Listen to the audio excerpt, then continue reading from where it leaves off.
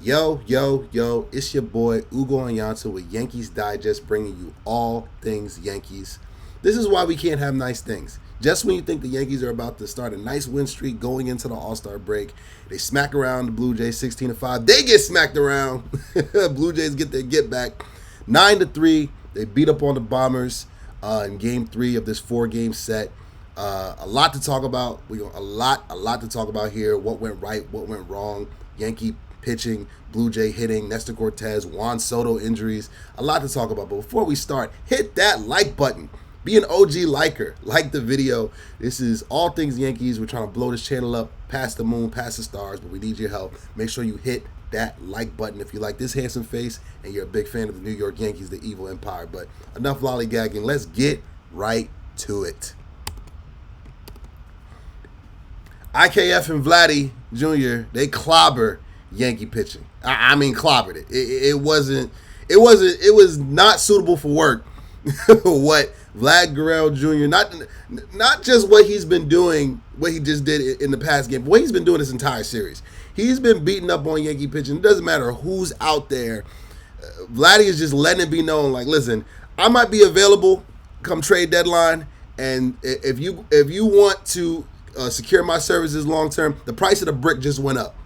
It's gonna take somebody giving a nice little package to get his services, because he has been raking. I mean raking. Between him and this guy over here, who's also been doing his steady rake job as well, IKF, former Yankee, now Yankee killer. Goodness. 7 hits, 7 RBIs between just the two of them. Just the two of these guys in the last game. It was batting practice. Like, what else can you possibly say? In the last 7 games, Vladdy has 5 home runs. And, Lord, the Blue Jays altogether, they had 14 hits in the game. Yankees need to stop pitching to George Springer, because he's having Vietnam flashbacks of what he used to do to the Yankees when he was with the Astros. Trash can banging aside. You know what I mean? It's just been the Vladdy show and the IKF show all series long. The Yankees cannot get these guys out, man. They've been lighting up the Yankees, just taking turns. Like, Vladdy's like, all right, I'm going to hit a home run real quick. IKF, you hit a double. All right? IKF is like, all right, I'm going to hit like a couple singles here. Vladdy, you hit another double. By himself yesterday, Vladdy had 6 RBIs by himself. And like I said, between the two of them, 7 hits, 7 RBIs in that beatdown. The Yankees need to stop pitching to these two guys. They need to figure out a different strategy. I know they got Cole coming on the bump in the series finale, but this guy right here, Vladdy and IKF, man, they have been taking turns beating up on Yankee pitching, and it has not been fun to watch if you're a Yankee fan, man.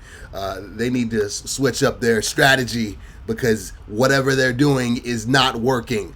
All right, and all it is resulting in is hard hit baseball after hard hit baseball, earned run after earned run. So yeah, it hasn't been pretty, but let's keep this train rolling. Let's keep this train rolling. The Yankees can't survive without Juan Soto. All right, that's just facts. That's just facts, man. Let's call a spade a spade. This is the injury that it took place. Excuse me. Juan Soto was going in to avoid a tag early on in 2 games ago, and bruised hand. He's going to go in for X-rays and some MRIs and some imaging. So far, so good, I've been told. But they're going to do some more imaging just to be on the safe side. And don't be shocked if he misses a full series. They don't want to mess around and not have this guy, because I've said it once, I'll say it again. The Yankees cannot survive without Juan Soto. All right, I mean, you look at the Dodgers right now without Mookie Betts, and God forbid if Shohei Ohtani were to go down. You know what I mean? Look at the Red Sox if they take away Rafael Devers. Their slim wild card hopes would vanish just like that. If the Orioles, if they lost Gunnar Henderson for an extended period of time, look how different that lineup would be. When you have your top tier stars, man, they can't go out for an extended period of time and you expect to keep afloat unless your lineup is just like that. And thus far, the Yankees have shown that we cannot survive an extended absence from Juan Soto, right? So we're hoping for the best. I mean, Yankee Evil Empire, Yankee fans out there, we're hoping that Juan Soto it's just a brief, hopefully it's not even a full stint on the IL. We already have Stanton with his usual IL stint going on right now. You knew that was coming. Cashman even called it.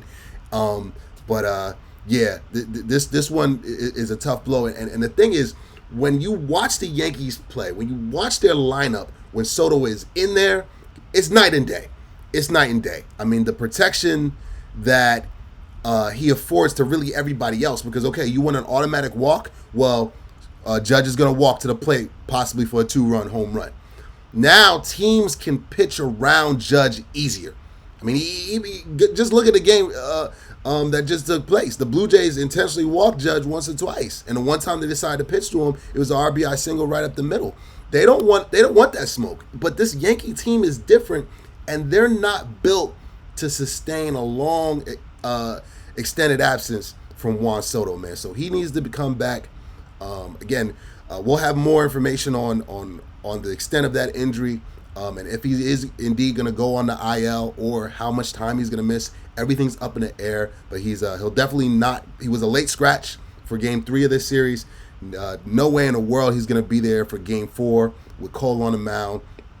And we're just hoping for the best, man, because the Yankees, they absolutely have to have Juan Soto. They got to re-sign him too. We'll get to that as the season goes on into free agency, but they need Juan Soto. They need the shuffle. They need his bat. They need his glove. They need his swagger. They need his attitude.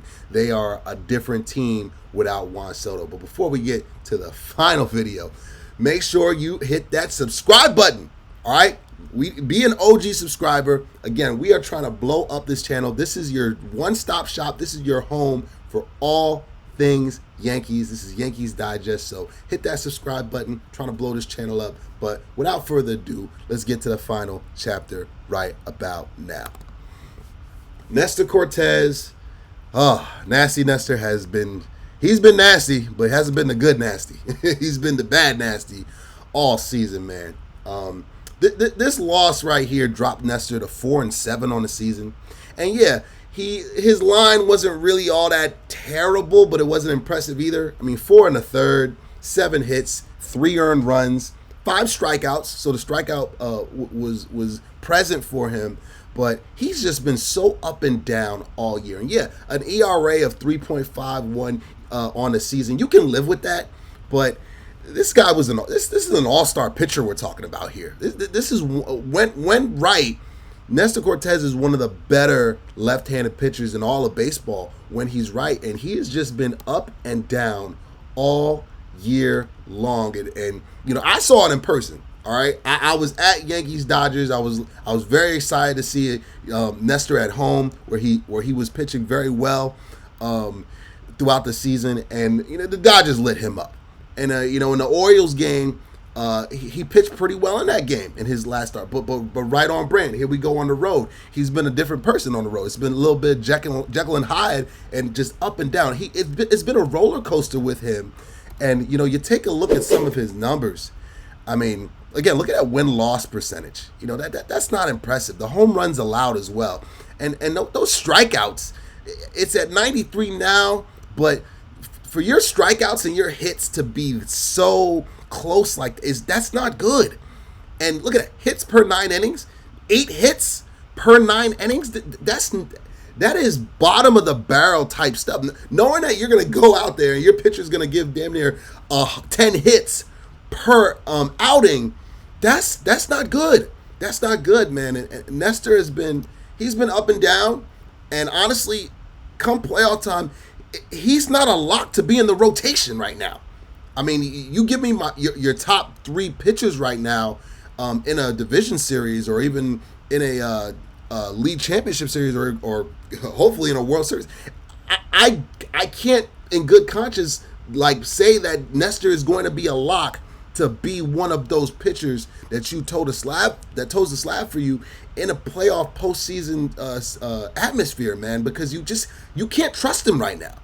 And again, nasty Nestor, when he's right, he's box office, but he has been very wildly inconsistent this year, and it's been a problem. And this is this is a decision that Boone is gonna have to make once we get closer to the playoffs, to the postseason. You know, if the Yankees end up with the wild card situation, and then your backs are against the wall, and maybe possibly a 1-game playoff or a best 2 out of 3 situation if you don't win the division. These are the decisions and discussions that are absolutely being had now and need to be considered now. He's got to be better. Nestor Cortes has got to be better.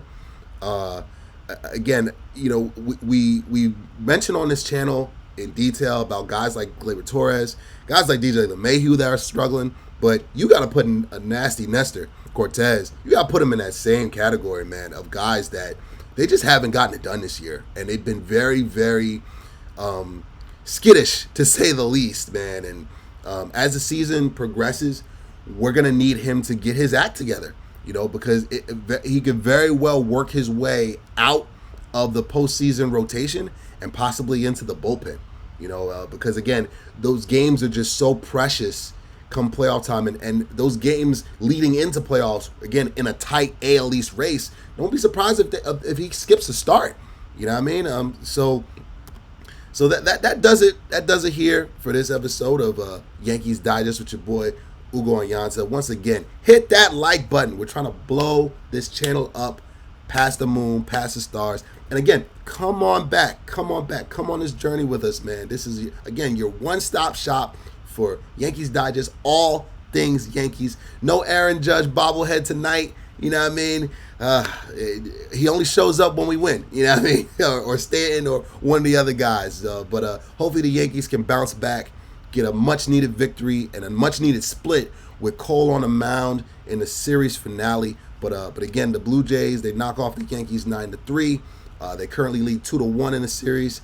The Orioles won, so the Yankees are now a full game back in the AL East. But again, tons of baseball to go, and but about a week or two left until the All-Star break, and of course the trade deadline, where we're gonna have a ton of content for you guys. But thanks for tuning in.